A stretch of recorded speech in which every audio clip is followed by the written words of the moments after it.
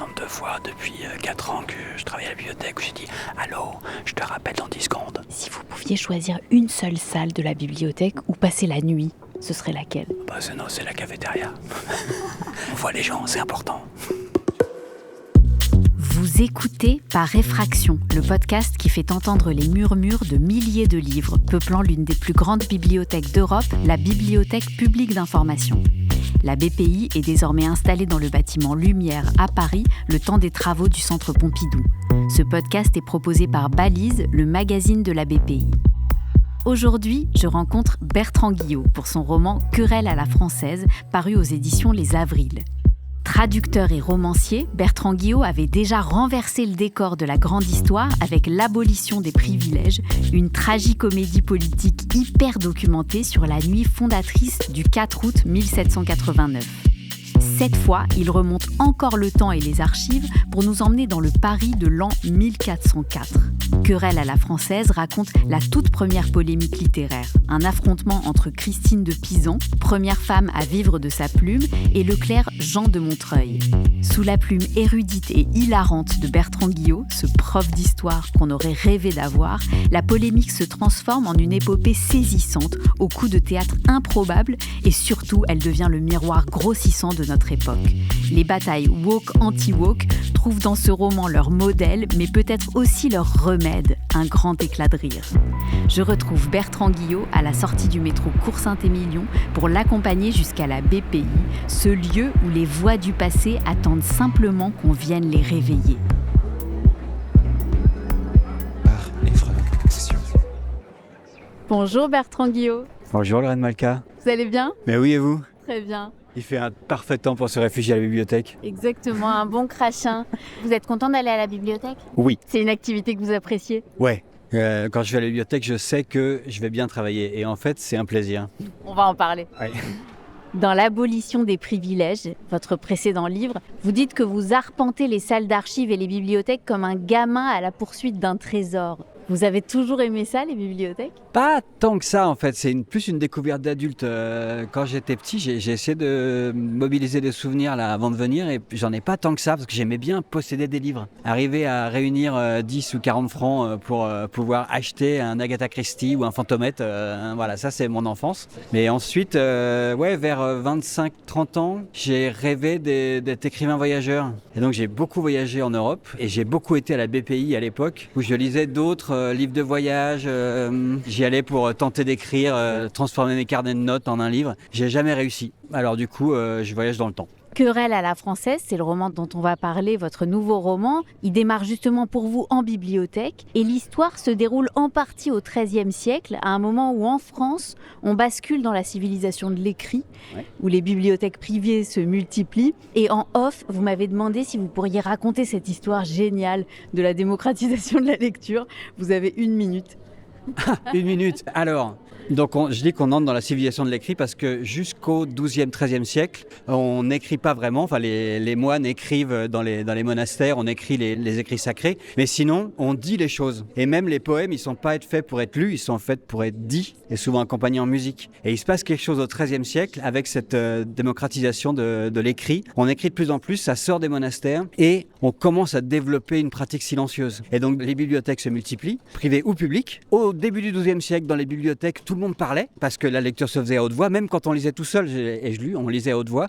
Et à la fin du XIIIe, dans les bibliothèques, c'est silence obligatoire. Ça fait 1 minute. Je crois qu'on est pile à 1 minute. Donc, Querelle à la française, c'est l'histoire d'une joute, un bras de fer qui ressemble vraiment à un clash sur X, le réseau social le plus violent de notre époque. Sauf que ça se passe en l'an 1401 et le sujet, c'est un best-seller de l'époque, le roman de la rose. Pourquoi cette polémique du Moyen-Âge résonne-t-elle si fort avec nos tensions actuelles ?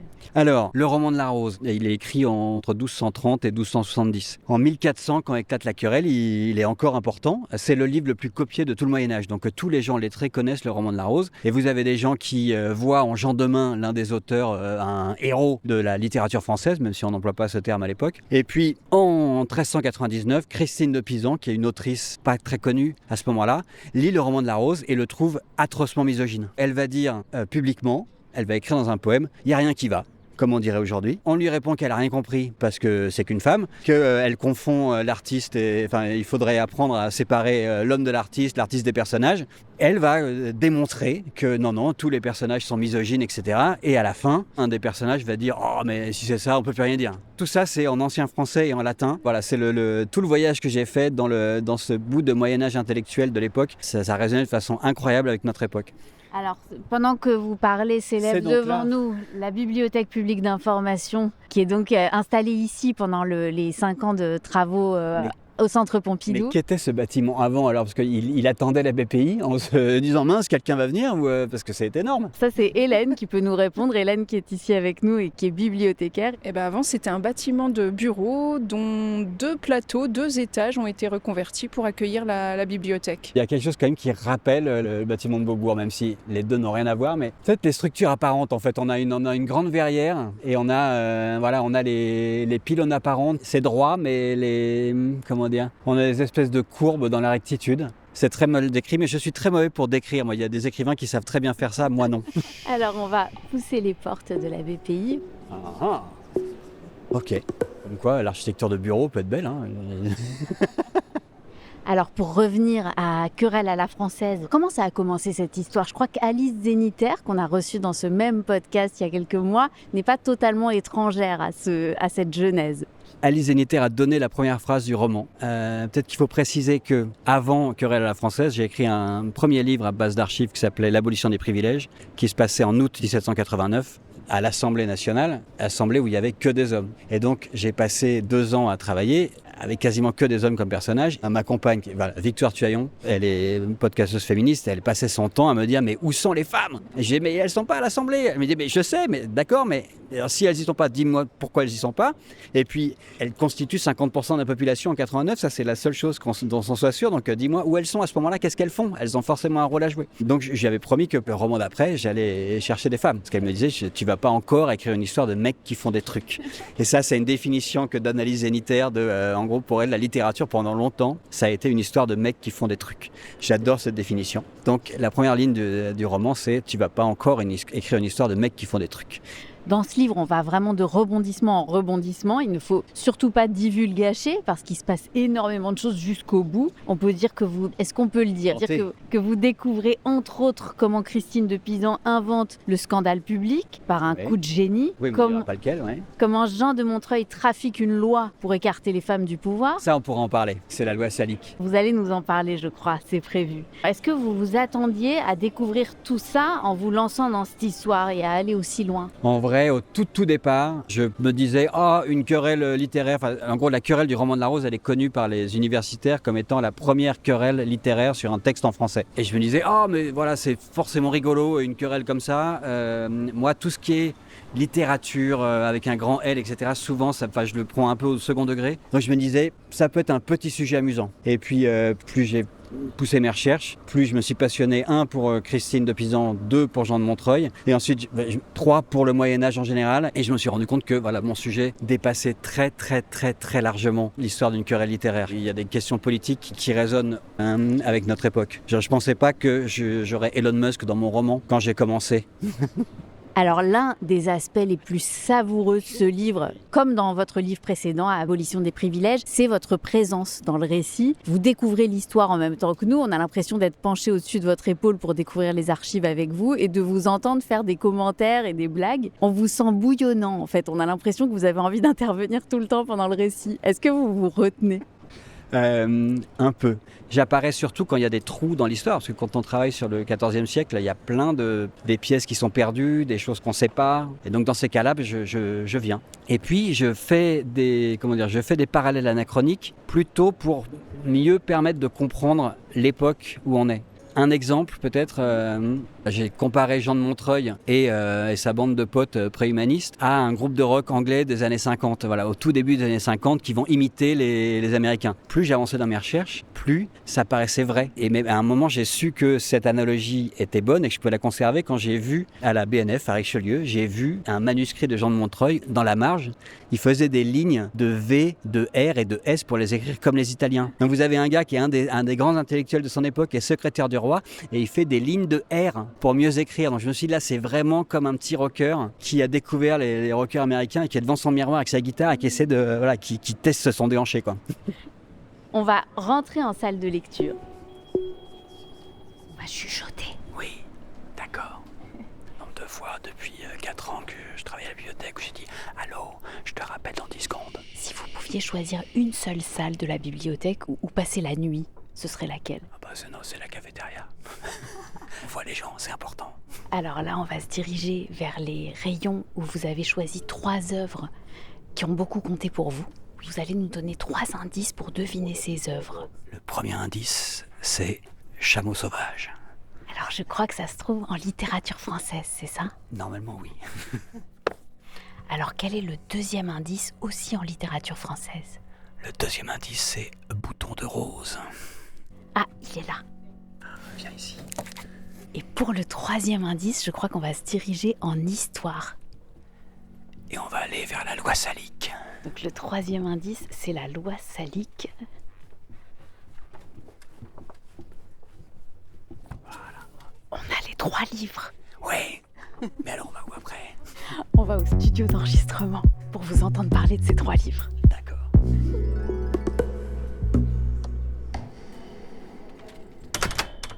Bertrand Guillot, quel est le premier livre dont vous voulez nous parler? Alors le premier livre, c'est Sulac de Philippe Jaénada. J'ai donné Chameau sauvage comme indice, c'est le titre du premier roman de Philippe Jaénada qui était sorti je crois en 94 ou 95. Philippe Jaénada, c'est un de mes romanciers contemporains préférés, peut-être le romancier que je préfère, pour son humour, pour le regard qu'il a sur le monde, sur les gens, et aussi pour une espèce de pouvoir magique, c'est qu'à chaque fois que je lis du Jaénada, j'ai envie d'écrire. Et vraiment, ça m'a fait ça depuis quasiment depuis que j'ai commencé à le lire, et ça marche toujours. C'est presque un petit rituel quand j'ai du mal à me mettre au début d'un roman où il faut que je commence l'écriture, je vais relire du Jaénada et ça marche.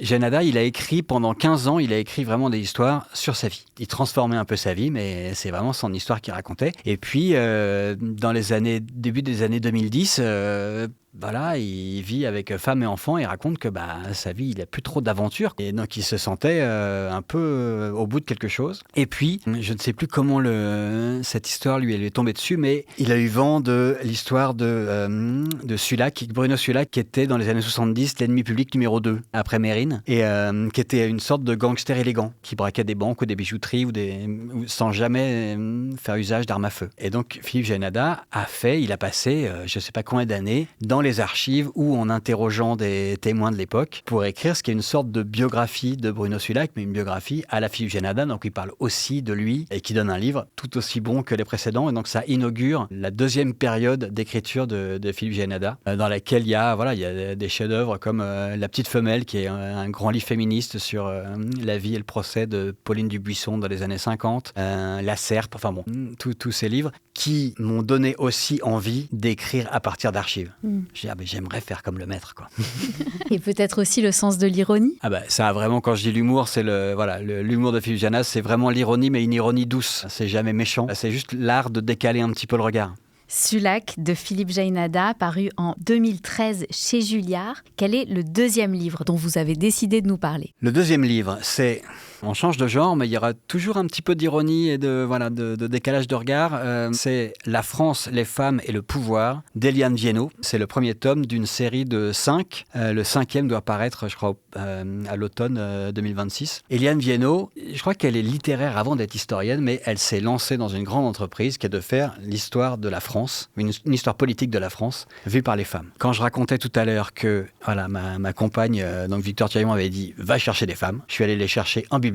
Je suis allé là où j'avais travaillé pour l'abolition des privilèges à la BHVP, la bibliothèque historique de la ville de Paris, et j'ai commencé un peu au hasard. Et vraiment, dans le catalogue, je suis tombé sur ce livre-là, dont le titre était assez prometteur. Moi, j'avais une idée à l'époque qui se passait au début du XVIe siècle, donc j'aurais très bien pu aller directement au XVIe siècle, mais je me suis dit, soyons polis, lisons quand même l'introduction. Et là, tout de suite, j'ai été saisi par le ton, le style d'Éliane Viennot et cette promesse de me raconter une histoire que j'avais jamais vue et jamais entendue. Et donc, j'ai découvert notamment la loi salique. La loi salique, au départ, c'est une loi qui régit un peu ce qui se passe chez les francs saliens. Et c'est une loi qui dit, en gros, si tu tues quelqu'un, ça coûte 600 sous. Si tu tues une femme, c'est 700. Une femme enceinte, c'est 800. Enfin, c'est vraiment ce genre de choses-là. Et au XIVe siècle. Au début du XVe siècle, Jean de Montreuil va faire un faux en écriture grossier. Le même Jean de Montreuil qui s'opposait à Christine de Pisan, il fait un faux en écriture grossier pour transformer cette loi en une espèce de loi suprême du royaume qui empêcherait les femmes de tout temps d'accéder au trône. Tout ça pour que un héritier anglais puisse pas dire « Oh, ma mère aurait dû être reine de France, donc j'ai droit à vous envahir ». J'ai découvert avec elle des reines du 7e, 8e siècle qui ont été totalement effacées de l'histoire. J'ai découvert aussi, elle parle au 10, 11, 12e siècle, elle parle des couvents. Moi, j'avais toujours entendu une histoire, oui, les femmes étaient étaient très religieuses, donc elles allaient au couvent. Mais en fait, pour beaucoup, ce que racontait Liavino, c'est qu'elles allaient au couvent pour échapper au monde des hommes, en fait. Et voilà, c'est une autre histoire qu'on nous raconte. Et c'est arrivé au XIIIe siècle qu'elle me raconte un peu le roman de la Rose, et au XIVe siècle, elle raconte la querelle du roman de la Rose entre Christine de Pisan et Jean de Montreuil. Et donc, j'ai lu cette histoire. Donc, la première fois chez Liane Viano, je me suis dit, mais ça a l'air vraiment intéressant. Et c'est là que je suis allé creuser dans d'autres livres, et que 3 ans plus tard, j'ai écrit Le Querelle de la Française. La France, les femmes et le pouvoir d'Eliane Viennot, c'est le volume 1 que vous avez entre les mains, intitulé L'invention de la loi salique, 5e, 16e siècle, paru en 2006 chez Perrin. Quel est le 3e livre dont vous voulez nous parler ? Bon, le 3e livre, c'est quand même le roman de la Rose. Il faut bien qu'on le raconte un petit peu dans toutes ses versions, parce qu'il y en a plusieurs. J'en ai pris 2 là dans les rayons. Le roman de la Rose, au départ, c'est un roman qu'on pourrait dire d'amour courtois de Guillaume de Loris, qu'il écrit vers 1230, qui raconte comment un jeune homme dans un jardin imaginaire tombe amoureux d'un bouton de rose. Pendant longtemps, je me suis demandé pourquoi, quel était l'intérêt de tomber amoureux d'un bouton qui ne pouvait même pas répondre, etc. Mais il y a des personnages qui interviennent, qui s'appellent bel accueil, honte, jalousie, danger, etc. et qui représentent les états émotionnels de la jeune femme symbolisée par le bouton de rose. En fait, c'est vice-versa de Pixar 600 ans avant. Donc c'est vraiment un roman très allégorique, assez beau, qui est inachevé. Le jeune homme est sur le point de conquérir le bouton de rose lorsque jalousie, réveillée par danger, fait tomber sur le bouton un château fort. Et l'histoire s'arrête là parce que probablement Guillaume de Loris est mort. Et le roman aurait pu être totalement oublié. Mais 40 ans plus tard, il y a un universitaire un peu connu de l'époque, Jean Demain, qui décide d'écrire une suite à ce roman de la Rose. Et lui, il aurait pu écrire quelques dizaines de pages et ça aurait suffi. Et en fait, il va en écrire 4 fois plus. Et il va écrire une suite qui est très philosophique, assez politique, qui fait intervenir de nouveaux personnages. À chaque fois qu'il sent qu'il a ferré son lecteur, il introduit une digression, mais parfois de 50 pages, sur des théories scientifiques, des considérations sur l'amour, des considérations politiques sur les débuts de la vie en société, qui sont assez proches de Rousseau et du contrat social. Enfin, c'est une sorte de tout en un, à la fois histoire d'amour et précis philosophique. Mais la grande différence entre les 2 romans, c'est que là où Guillaume de Loris avait écrit un roman courtois, très beau, très poétique, Jean Demain en fait une suite très misogyne. Christine de Pisan va attaquer non pas le roman de la Rose, mais le roman de la Rose de Jean Demain. Jean de Montreuil, lui, Jean de Montreuil et ses copains vont s'insurger en disant « Mais comment ose-t-on attaquer Jean Demain ?» Ils disent c'est pas Jean Demain qui est misogyne, vous voyez bien, c'est des personnages qui parlent. Et Christine va leur montrer que, ok, mais comme tous les personnages ont leur saillie misogyne, on peut penser que Jean Demain l'était un peu aussi. Et j'en veux pour preuve, juste pour avoir un petit aperçu, dans le roman de Guillaume de Loris, à un moment, le personnage principal va recevoir l'aide d'un ami. Exactement comme dans une comédie romantique aujourd'hui où on a les conseils à la noix du meilleur ami du héros, là, soudain, au moment où le héros est perdu, le personnage d'ami tombe du ciel et va lui dire « Serre les femmes autant que tu peux, sois bon avec elles, sois joyeux, sois généreux. » Et dans les conseils, ami revient chez Jean Demain et va lui dire « Écoute, les femmes, elles aiment bien qu'on leur fasse des promesses, t'inquiète pas, les tiens pas, mais vas-y, n'hésite pas à mentir s'il faut, puis quand elle est mûre, vas-y, cueille-la. » Donc c'est vraiment des conseils de mascu d'aujourd'hui. C'est assez amusant à voir. J'ai pris les 2 versions là parce que je pense que je voulais saluer aussi le travail des traducteurs et des traductrices sans qui j'aurais jamais pu écrire ce roman. Parce que toutes les sources que j'ai vues sont en ancien français ou en latin. L'ancien français, je commence un peu à parler la langue, mais je suis pas encore fluent. Et donc voilà, tout ce que j'ai travaillé, ça a été traduit par des médiévistes ou des historiens en français contemporain, ce qui m'a permis, moi, de vraiment saisir toute l'histoire. Le roman de la rose de Guillaume Deloris et Jean Demain. Les deux versions que vous avez entre les mains, il y a l'édition Gallimard en français moderne, traduite de l'ancien français par André Marie, préface d'André Marie, postface et bibliographie de Jean Dufournay, paru en 1949 pour la préface, la traduction et les notes, et en 1984 pour la postface et la bibliographie, et l'édition bilingue, parue chez Flammarion, traduite de l'ancien français par Jean Dufournay, paru en 1999. Merci Bertrand Guillot. Merci à vous. C'était Par Réfraction, le podcast littéraire produit par la Bibliothèque publique d'information, réalisé par Lorraine Malka. Musique originale, David Federman. Un grand merci à Bertrand Guillot pour sa participation. Vous pouvez découvrir Querelle à la française, paru aux éditions Les Avrils, en bibliothèque et en librairie. Pour écouter nos précédents épisodes, consacrés notamment à Rebecca Warrior, Louise Brouez, James Noël, Victor Pouchet, Agnès de Sarthe, Alice Zéniter, Ramsès Kefi, Juliette Drouard et d'autres, rendez-vous sur le site de la BPI, de son magazine Balise et sur toutes les plateformes de podcast. Si vous aimez nos épisodes, n'hésitez pas à nous le faire savoir en vous abonnant et en mettant des cœurs et des étoiles. À bientôt!